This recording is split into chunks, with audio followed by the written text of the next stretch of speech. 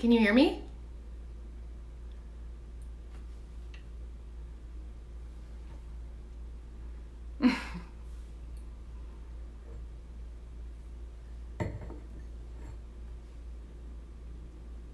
Perfect.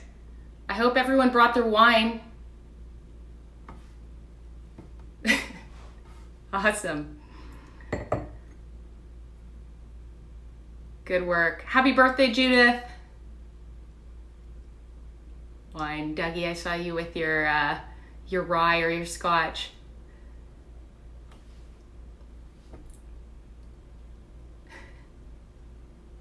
Perfect. Okay, we'll just wait another minute for some people to get on here. Thanks for joining in. This is so fun.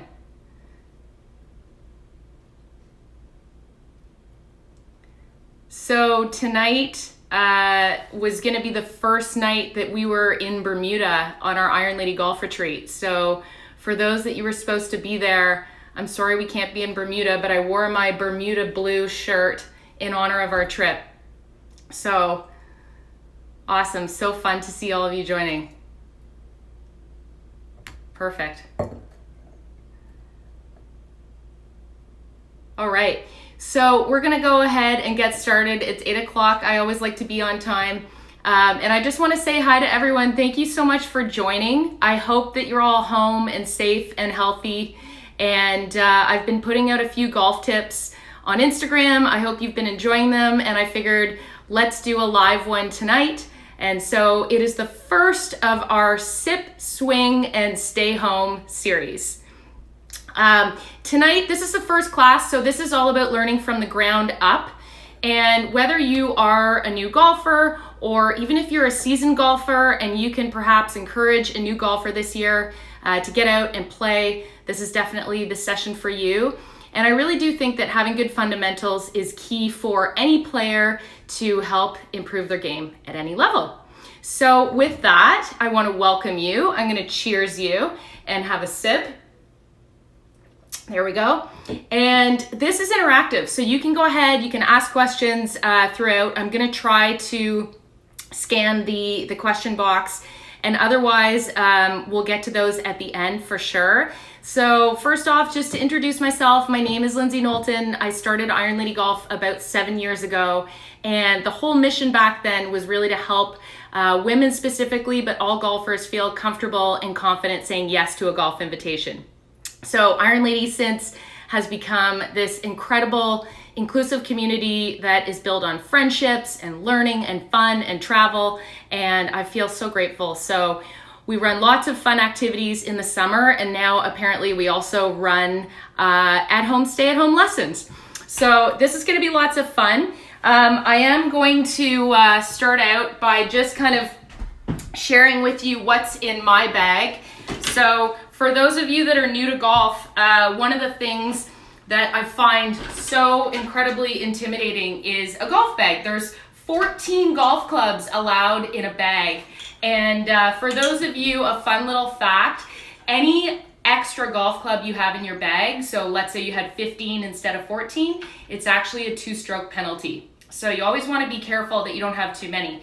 However, sometimes 14 is too many, especially if you've just started playing golf. So one thing I would advise is I call it the 3 club or the 5 club rule or tip, which is if you are a new golfer, you really only need 3 clubs, which are your putter, your pitching wedge, otherwise known as the P, and a 7-iron, okay? Those 3 clubs. And what I've done is I've actually just, you can see I've kind of taken the compartment in my bag. It's a little bit hard to see, but I keep them all in one spot, okay? And that way it's not confusing. When you're out on the golf course, you can just have all the clubs that you need to use in one particular spot. As you get more comfortable, you can add in 2 more. So to take it up to 5, you can put in a driver and you can put in a rescue or a hybrid club, okay? So it's just sort of that skinny looking little club, and that's a great club to get some distance down the hole. So if you're helping anyone out this season in when you're out on the golf course, just kind of organize their bags so that they feel comfortable knowing what clubs to use and when to do so, okay? So hopefully that's a little bit helpful for you. As you get more confident with your game, you can certainly add more clubs in there. But for now, keep it nice and simple and don't put too much pressure on yourself. So we are gonna start out today with the grip.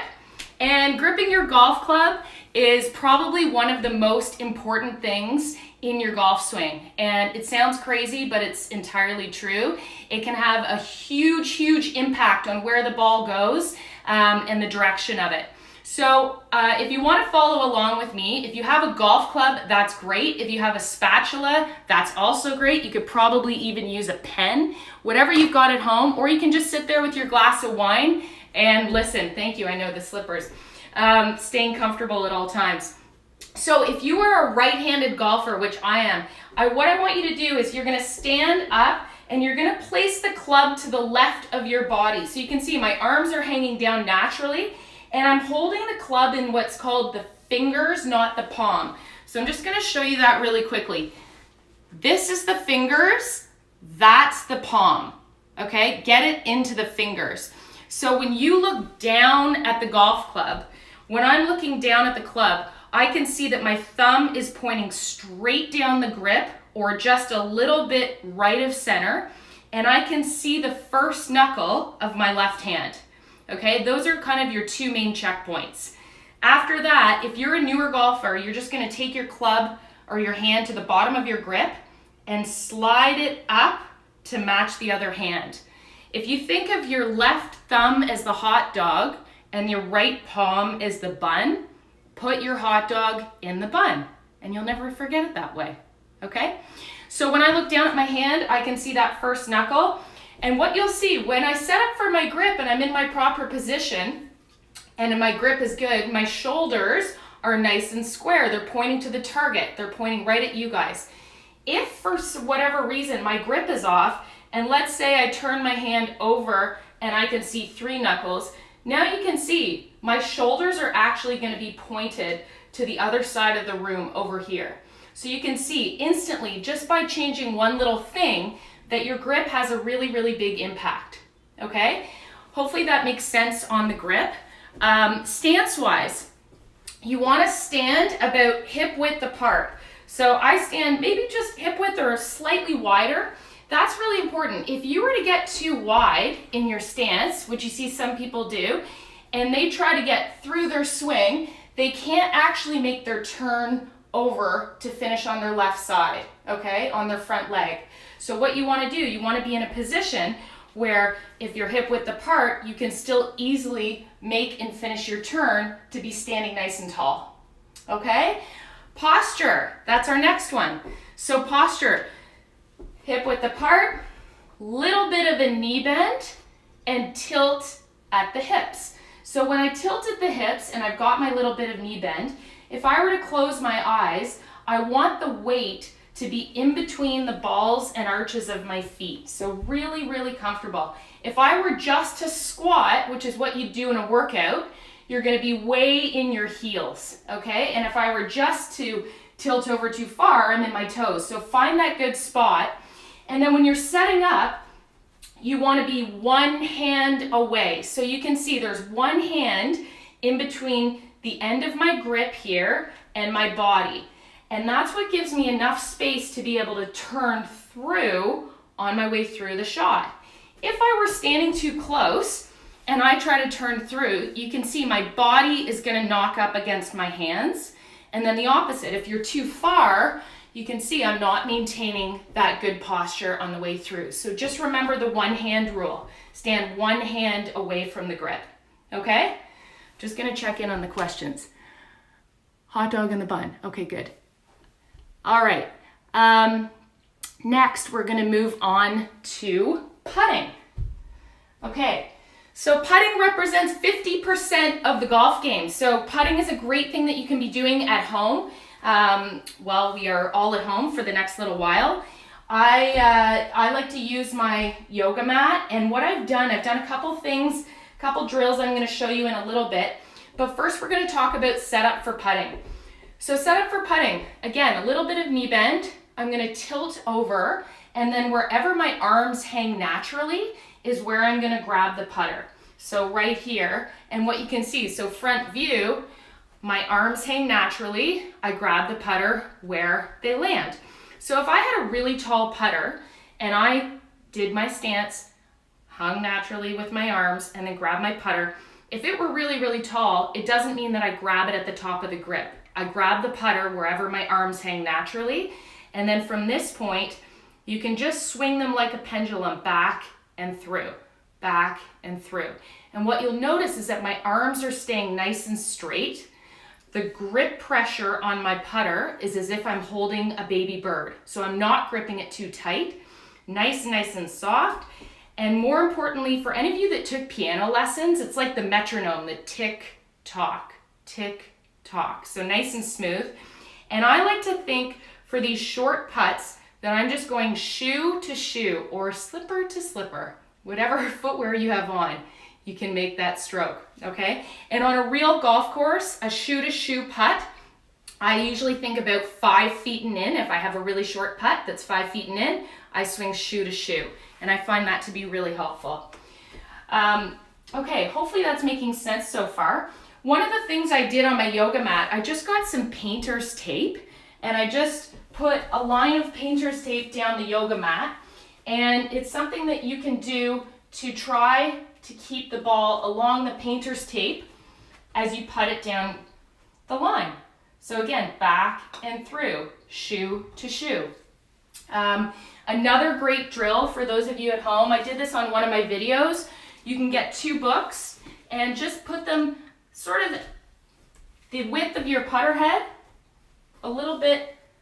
just a little bit wider than that. And you can practice going through so that you're avoiding hitting the books on the way through on your stroke. And that'll really help you stay nice and steady. Okay, so those are 2 little drills that are easy to do at home. In terms of what to putt to, I actually really like just taking a tee and setting it upside down on the mat, because having that smaller target makes you laser focus in a little bit more in order to actually hit it in the hole. By the time we get out on the golf course, the hole is going to feel about that big, right? So practice with the tee, and then I just set up something behind so that the ball isn't rolling off the yoga mat. All right, any questions there? Okay, good. Thank you, Nat. Okay, so now I'm gonna move on to chipping. And what I've done for chipping tonight, instead of using a ball, I've just cut up a toilet paper roll and used half the little toilet paper roll as my ball, just so that I'm not hitting too many shots around the house and breaking anything. And so for chipping setup, there's 4 things that you need to remember to make sure that you're chipping efficiently, okay? So you've got your grip, so you're gonna grip the club, but you're gonna grip it nice and low. So low on the grip, or in golf language, choking down on the grip, is what's gonna give you tons of control. Way more control than if you were holding it up here. So I grip nice and low.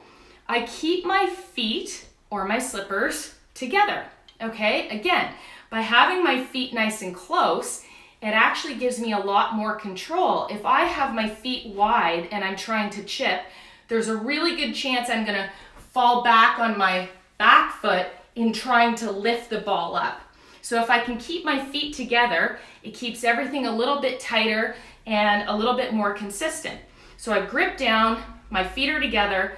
Now I'm putting 80% of my weight on my front leg. So as a right-handed golfer, that's my left leg. And what that does is it actually helps you hit down on the ball more easily as opposed to hitting up on it. So if any of you are having trouble around the green where you're topping the ball and you're not really getting down at it, you really want to put 80% of that weight on your left leg. Okay? And the last is, I usually take the club, and see how it's pointing up at my belly button right now? I just kind of lean it forwards so it's in line with my left hip, okay? Yes, good one, Nat, thank you, flamingo. For those of you that have trouble keeping your weight on that left leg, you can just kind of tee up your back toe like the flamingo and get it going back and through. The most important part of chipping, and I would say probably the hardest part of chipping, is ensuring that you're not flicking your wrists. So this is usually what happens is people want to use that right hand to just help the ball into the air, but it's not really going to help the ball into the air.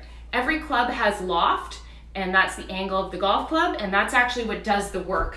So the more that you can stay steady and back and through, and see what you're noticing is it's sort of the sister swing to putting. You'll notice my arms are still nice and straight. I actually find just squeezing my chest a little bit helps a lot, so just kind of lock it in. And then I just think about rocking my shoulders back and through. Again, equal back, equal through. If you think of this like a clock, if 6 o'clock is straight down, okay, and we're gonna do the happy hour swing, we're gonna go 5 to 7. So as far as you go back, you go through. If I were to go all the way to 3, I have to go through to 9. Okay, so equal back and equal through. We have a question, and it is, what club do you recommend to chip with? Really good question. So I have 2 clubs that I chip with. One is my approach wedge, so one of my wedges, and the second is my 7-iron. So depending on what situation I'm in, if I'm close by to the green and the pin is really close to me and I just need a little chip, I'm gonna use my wedge. If the pin is really far away and I need the ball to roll a little bit more, you might have heard of the bump and run, I use my 7-iron.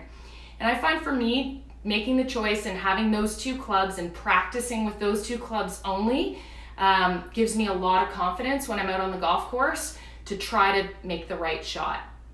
Okay, so you can practice here with your little toilet paper roll. And so my ball position, I've got it in the middle of my feet, even though they're nice and close together. As a reminder, I've choked down on the golf club. My feet are together. 80% of my weight is on my front left leg, and my hands are just slightly forward pressed. Forward pressed again means keeping the club into my left thigh, and I'm going back and through. And the toilet paper flies up and goes. One quick thing on the chips and the putts that I didn't mention the first time around, make sure that you're really, really staying very still, okay? One of the biggest things is making sure that you've hit it and then you look, a deliberate wait. I also find it's really helpful if you hold your finish, meaning once I've taken my chip, I'm holding my club, I'm holding the finish, so I'm holding that position like that until the ball has come to rest. Any questions on chipping? Good so far? Okay, perfect. So a couple of things that I thought might be helpful right now is to just go through a couple of the things that I find really helpful drill-wise on a full swing, and just a couple of key thoughts that I think that you can work on at home. And some of these I've done in my videos so far. Some of them are great tips that I've seen over the internet and through my peers. So a couple questions coming in. Where's the best place to practice chipping? In terms of your home, I would say if you have any outdoor space, that would be great. If you don't, and if you're inside, I've actually just been practicing on my yoga mat. And again, with that little piece of toilet paper, it doesn't go really far. So I just find it really helpful to chip on my yoga mat at home. And we've got a question. Can I use my sand wedge to chip? Absolutely, you can use your sand wedge to chip. 100%. I think the key is really understanding and having the confidence in your golf club. It's all about confidence at the end of the day. If you have a club that you love to death, go with that one and just believe in it. That's the best way to go in my mind. I think it's making the right choice in terms of what you see on the green. So again, if the pin is close to you, a sand wedge is great. If the pin is further away from you, you might want to take something like a 7-iron, or if any of you are familiar with using your Rescuer Hybrid to chip, that's another really great option. And I can definitely cover that off in another session, and I have done a video on that one. But yeah, good question there. And there is another question, why is it important to hold your finish? It's really just a drill, and I find that holding your finish really forces you to make sure that your face is going down the target line. So sometimes, I'll just give you an example. Sometimes I find that people that don't hold their finish, first of all, they might decelerate, which is really common in chipping. I'll show you on this side. We often get to the top of our swing and all of a sudden we know it. We've gone too far and we have to slam on the brakes, and so we just kind of stop. And if you stop here, you're in trouble. Either the shot, 1 out of 10 times it's going to work, or it just sort of flubs and rolls. However, if you're forced to hold your finish and you just really commit and convince yourself that you have to go from that, let's say 5 to 7 position, then you know that you're going to go and you're going to hold your finish at 7 o'clock. Okay? And so I think forcing you to hold that finish is something hopefully that will help you. You always top the ball. How do you prevent that? Okay, great question. Topping the ball, in my mind, comes from a few different things. And so topping your ball on a chip shot can often be from either flicking, it can be from looking up and being really excited and kind of trying to watch the ball and where it's going to go before the ball's probably even been hit. And then the last thing could be you're falling backwards. So a ball can be topped. If you're falling back, you're hitting it on the top, right? This is topping the ball. If you hit the ball here as opposed to there, which is why if we have our weight on our front left foot, chances are better that we're hitting down at the ball as opposed to if I'm leaning like this, I'm going to be hitting up on the ball. So hopefully that makes a little bit of sense in terms of your chip shots. Okay, we're going to move on to a couple of full swing tips, and these are just a couple of things. They may not apply to everyone, but I do find them to be fairly helpful in terms of what you can think about. So in terms of setting up for our full swing, as you know, our setup, so we're gripping the golf club. By the way, when you do grip the golf club, it's okay to grip at the end, but I always make sure that I've got at least 1/4 of an inch at the top of the grip so that my hand isn't flying off of it, okay? For those of you that may not know this, if you are a right-handed golfer, you wear your glove on your left hand, okay? So I golf right, but I wear my glove on my left. So I'm setting up, I'm making sure that my posture is good, my balance is good. I've got one hand in between my body and the club. And when I think about my takeaway, something that's really important is making sure that you feel like you're taking the club away with your shoulders, okay? So when I get to my first position here, what you'll notice is that if I had a laser in the end of this club, it would be pointing to you, okay? If I take my club back over here, which if you're a baseball player, I don't know if you guys can see this, but I just basically pulled it around my body, the laser would now be pointing to the other side of the room. So what you can do is you can just, at home, feel yourself taking the club back. So here I am. If it had a laser, it's pointing there. If that's a little confusing for you, you can even put a T in the end of your grip, okay?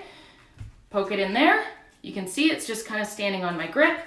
And as I take it back, I want to make sure that the T is pointing towards my target, that it's not pointing sideways.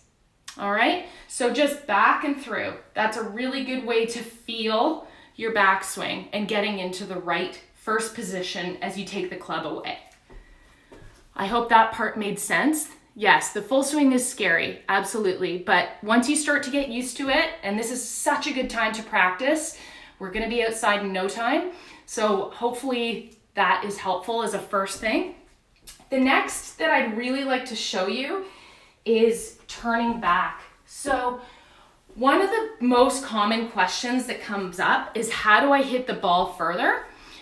Which of course is what we'd all like to do. But one thing is making sure that you're actually turning your body and not just lifting your arms.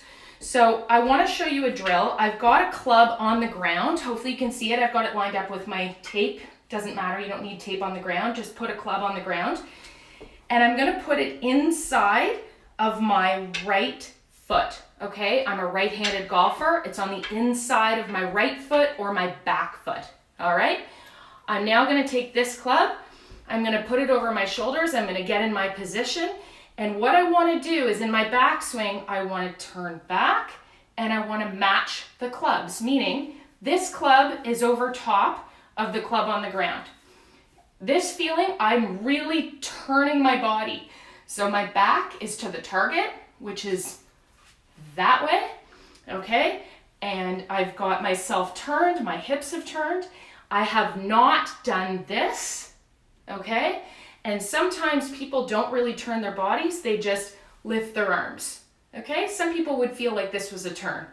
You really need to turn your body back, and then from this point here, you can turn on the way through. How's that feeling so far for people? Is that making sense? It's a really, really good drill to do because I think you'll start to feel what your body should be doing. And for a lot of people, it's very, very scary to make a turn. We are so much more in control if we just feel like we're lifting our arms up and then following through. But you're really never going to generate a ton of power if you're not turning your body. Okay, good. Glad it's making sense. My sister had no idea. Perfect. Good. Okay, that's really good. So again, turn your body back, and then the finish position from here, turn your body through. So at this point here, you should feel like your tummy is going to the target. Okay, I'm up on my back toe, tummy is going to the target. All right. One of the other things that came up recently, and this is going to be sort of my last thought before finishing up, unless anyone has any questions.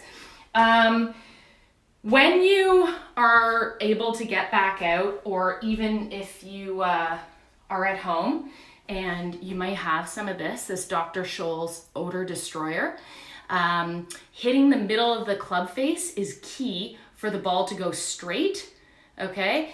And so what you can do is just take this Odor Destroyer, spray it on your club face, okay? And now you can see it's totally white, okay?